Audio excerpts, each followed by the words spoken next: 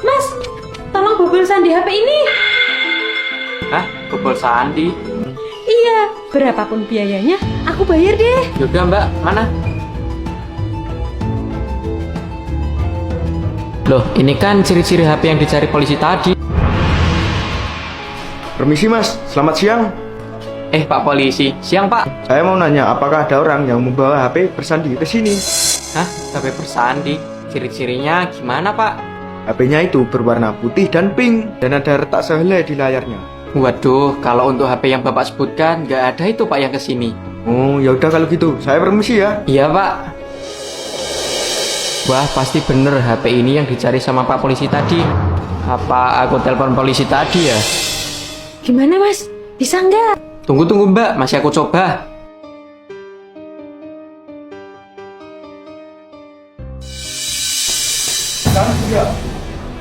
Loh, kamu mas? Kok bisa kesini? Itu karena aku yang hubungi dia mbak. Hah? Kamu mas? Iya, pasti HP yang kamu bawa ini bukan punyamu kan, tapi punya pak polisi itu. Iya mas, HP itu memang bukan punyaku, tapi bukan juga punya dia.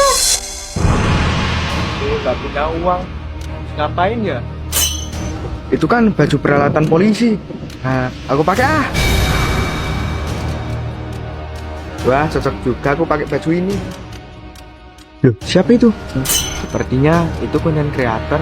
Bisa nih aku tipu. Dan juga. Aduh, kenapa ini? Kok aku jantungan?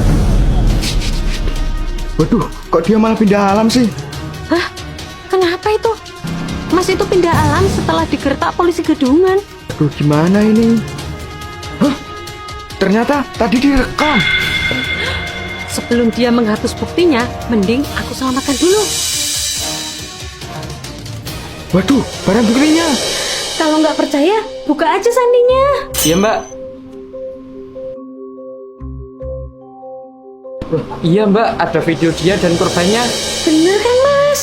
Wih, dasar kamu penjahat ya? Waduh, ketahuan. Wih, dasar penjahat. Udah mas, udah. Yang penting buktinya masih aman. Iya mbak. Ya udah, sekarang yuk kita antar bukti itu ke kantor polisi. Baik mbak. Hah? Di kaki kakek ini ada tulisan tolong. Apa mungkin orang yang sama kakek ini orang jahat ya?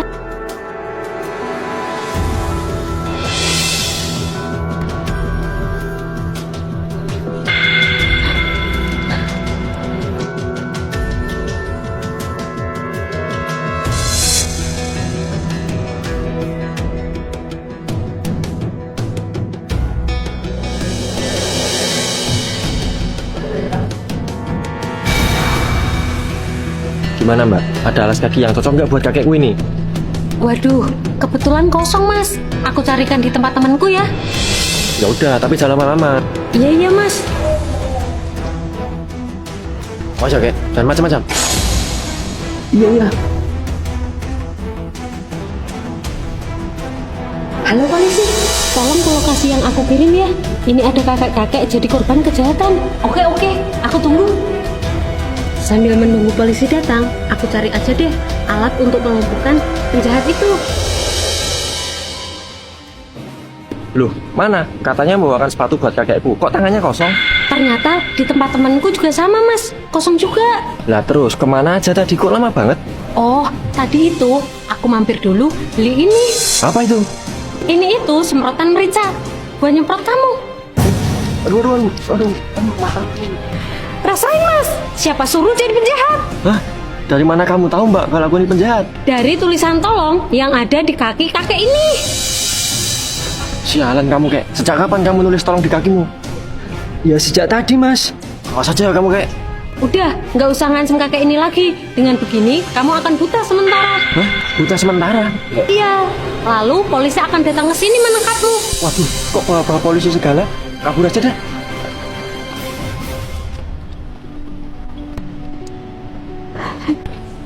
Terima kasih banyak ya mbak sudah menolongku. Iya kek, sama-sama. Tapi kok kakek bisa sama orang jahat itu? Sebenarnya aku punya hutang mbak sama bos dia, makanya aku ditangkap. Memangnya berapa hutang kakek? 2 juta mbak. Ya udah, ini kek hasil dari aku jualan sepatu buat kakek aja. Hah? Buat saya mbak? Iya, uang itu bisa kakek bayarkan kalau Mas tadi mencari kakek lagi. Tapi sementara kakek menunggu polisi datang dulu ya, biar kakek lebih aman. Iya mbak, sekali lagi terima kasih banyak ya. Iya, sama-sama.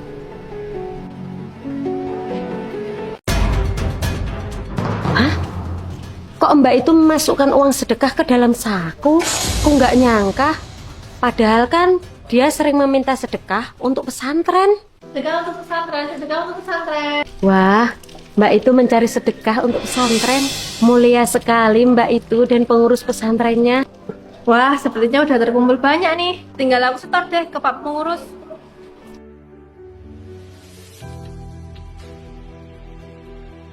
Pak Pengurus, ini hasil dari aku meminta sedekah. Wah, mana Yul? Wah, lumayan juga ya hasilnya. Dengan begini, pesantren kita akan terus beroperasi. Mulia sekali mereka berusaha untuk kelangsungan pesantren. Awas aja ya Mbak, aku tidak akan membiarkanmu untuk berbuat curang. Pak Pengurus, saya mau setor. Oh, setor. Sini lihat. Loh Yul, kok hasilnya dikit? Gak seperti biasanya. Soalnya jarang ada orang yang lewat, Pak. Masa sih gak ada orang yang lewat? Bener, Pak. Bohong Pak. Hah? Bohong? Iya, sebenarnya Mbak ini yang mengambil uang dari kotak dan memasukkan ke kantong. Memasukkan ke kantong? Mbak, kamu jangan fitnah ya. Kalau kamu berani, coba kamu keluarkan uang di kantongmu itu. Yul, cepet kamu keluarkan. Bikin penasaran aja. Iya, Pak. Oh, jadi uang itu dari kotak ini, Yul? Iya. Tuh kan Pak Pengurus, bawahanmu ini berbuat curang. Mbak, sebenarnya yang berbuat curang itu bukan aku. Hah? Bukan kamu? Tapi kan tadi yang ngambil kamu. Aku mengambil uang dari kotak itu justru untuk mengamankannya. Hah? Mengamankannya? Dari siapa? Dari Pak Pengurus. Ya udah Yul, uangnya aku terima ya. Nih, kamu cari sedekah lagi. Iya, Pak Pengurus. Ngapain itu Pak Pengurus? Dengan uang ini akan aku gunakan untuk keperluanku. Hah?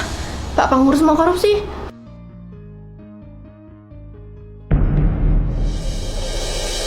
Yul, kamu jangan fitnah ya. Gak mungkin aku berbuat seperti itu. Sudah aku duga, Pak Pengurus pasti akan mengelak. Makanya, aku sudah menyiapkan bukti. Ini. Oh, jadi kamu menggunakan uang sumbangan ini untuk kepentingan pribadi ya Pak Pengurus? Hah? Duh, tahuan.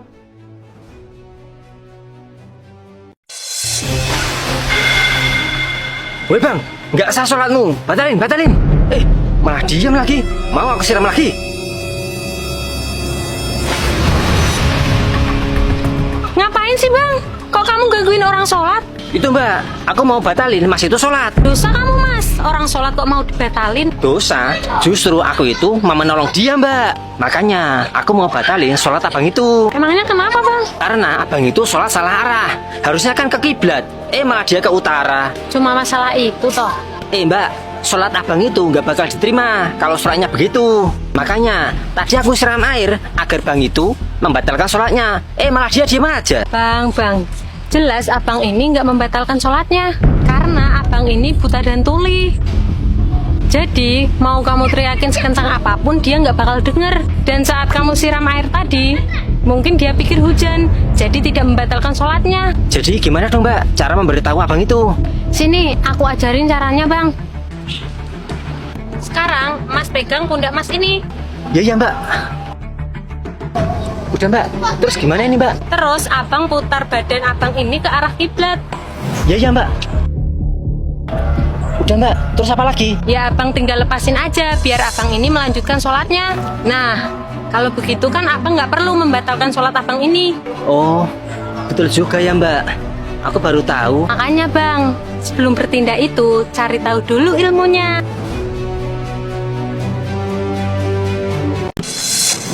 Aduh, berat sekali bikin capek. puasa disuruh bawa galon. Nah, bikin tambah haus aku. Apa aku batalin aja ya? Udah benar-benar nggak kuat aku. Loh, ngapain itu si Udin? Wah, pasti seger banget ini. Kok kayaknya mau minum ya? Ayo, mau ngapain kamu, Din? Aku mau cuci muka kok. Cuci muka? Mana ada cuci muka pakai galon air mineral? Beneran, tadi itu mukaku kering banget, makanya aku lembapin. Jangan bohong deh. Aku tuh nggak bohong, beneran, swear. Kamu tahu kan, Din, kalau pas puasa terus bohong, itu puasanya bisa batal. Oh iya ya. Udah, jujur aja. Kamu mau minum kan? Iya Jul, soalnya aku disuruh bawa galon dari tadi. Aku kecapean. Din, itu bukan menjadi alasan untuk membatalkan kamu puasa. Tapi aku beneran udah nggak kuat. Ya udah, kalau gitu aku bantuin angkat galonnya deh. Hah? Nanti kalau kamu kecapean gimana Jul? Udah, tenang aja, aman kok. Lagian juga nanggung. Hah? Nanggung apaan? Kan tinggal setengah jam lagi buka puasa. Tinggal setengah jam. Oh iya, tinggal setengah jam lagi kita berbuka. Nyesel aku mau batalin. Makanya, sayang kan kalau dibatalin. Ya Jul, makasih ya udah ngingetin aku tadi. Ya udah yuk, aku bantu bawain galonnya. Ya Jul. Teman-teman, semangat ya puasanya.